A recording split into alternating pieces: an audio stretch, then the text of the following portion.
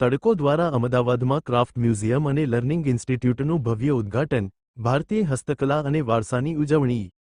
તડકો, the essential, ગર્વથી મેડ in Bharat brand, ભારતીય સંસ્કૃતિ અને હસ્તકલા પ્રત્યેના પોતાના સમર્પણને આગળ વધારતા અમદાવાદમાં ક્રાફ્ટ મ્યુઝિયમ અને લર્નિંગ ઇન્સ્ટિટ્યૂટનું ભવ્ય ઉદ્ઘાટન કર્યું.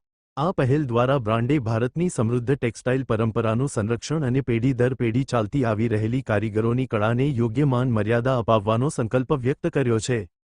તડકોના સ્થાપક કેતન પટેલે વર્ષોથી ભારતીય હસ્તકલા કારીગરો અને પરંપરાગત કાપડ સર્જકોને સતત પ્રોત્સાહન આપ્યું છે.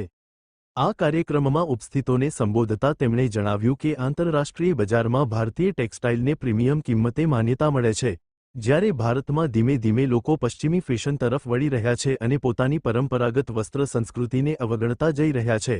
તેમણે ચિંતા વ્યક્ત કરી કે જો આજે પરંપરાગત કાપડ અને હસ્તનિર્મિત વસ્ત્રોને યોગ્ય મહત્વ નહીં અપાય, તો આગામી 20 થી 25 વર્ષમાં ભારત પોતાની હસ્તકલા અને કારીગરોને ગુમાવી શકે છે.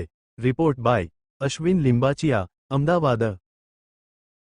મારું નામ Ketan Patel, brand Tadko the essential made in Bharat. અમદાવાદમાં પોતાની અમદાવાદની બ્રાન્ડ, જે બધા આર્ટિઝન્સ ક્રાફ્ટથી બનેલી બ્રાન્ડ છે. કોઈ એક જણની બ્રાન્ડ નથી, કોઈ કેતન પટેલની બ્રાન્ડ નથી. આઈડિયાઝ મારી પાસે બહુ બધા છે, પણ એની ઇમ્પ્લિમેન્ટ જ્યાં સુધી મારી ટીમ, મારી કમિટી મેમ્બર્સ જ્યાં સુધી મને હા ના પડે ત્યાં સુધી આઈડિયાનો કોઈ મતલબ રહેતો નથી.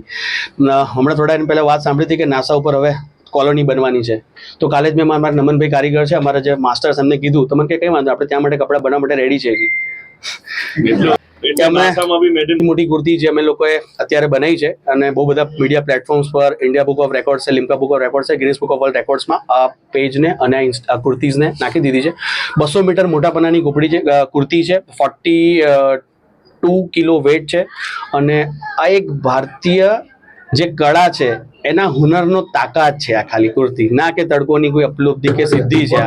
માટે ક્રિટિસાઇઝ કે કોઈ વર્ડ્સ આમાં ક્યાંય છે નહીં. ફરીથી એક વખત કહું છું કે એઆઈ કદાચ હું ઉપયોગ કરું ને તો આ એઆઈ કુર્તીને, મારી કુર્તીને અહીંથી લઈને અને હવામાં કદાચ ફોટો લટકાઈ શકે, પણ બનાવવા માટે તો અમારા નમનભાઈ અશોકભાઈની જ જરૂર પડે.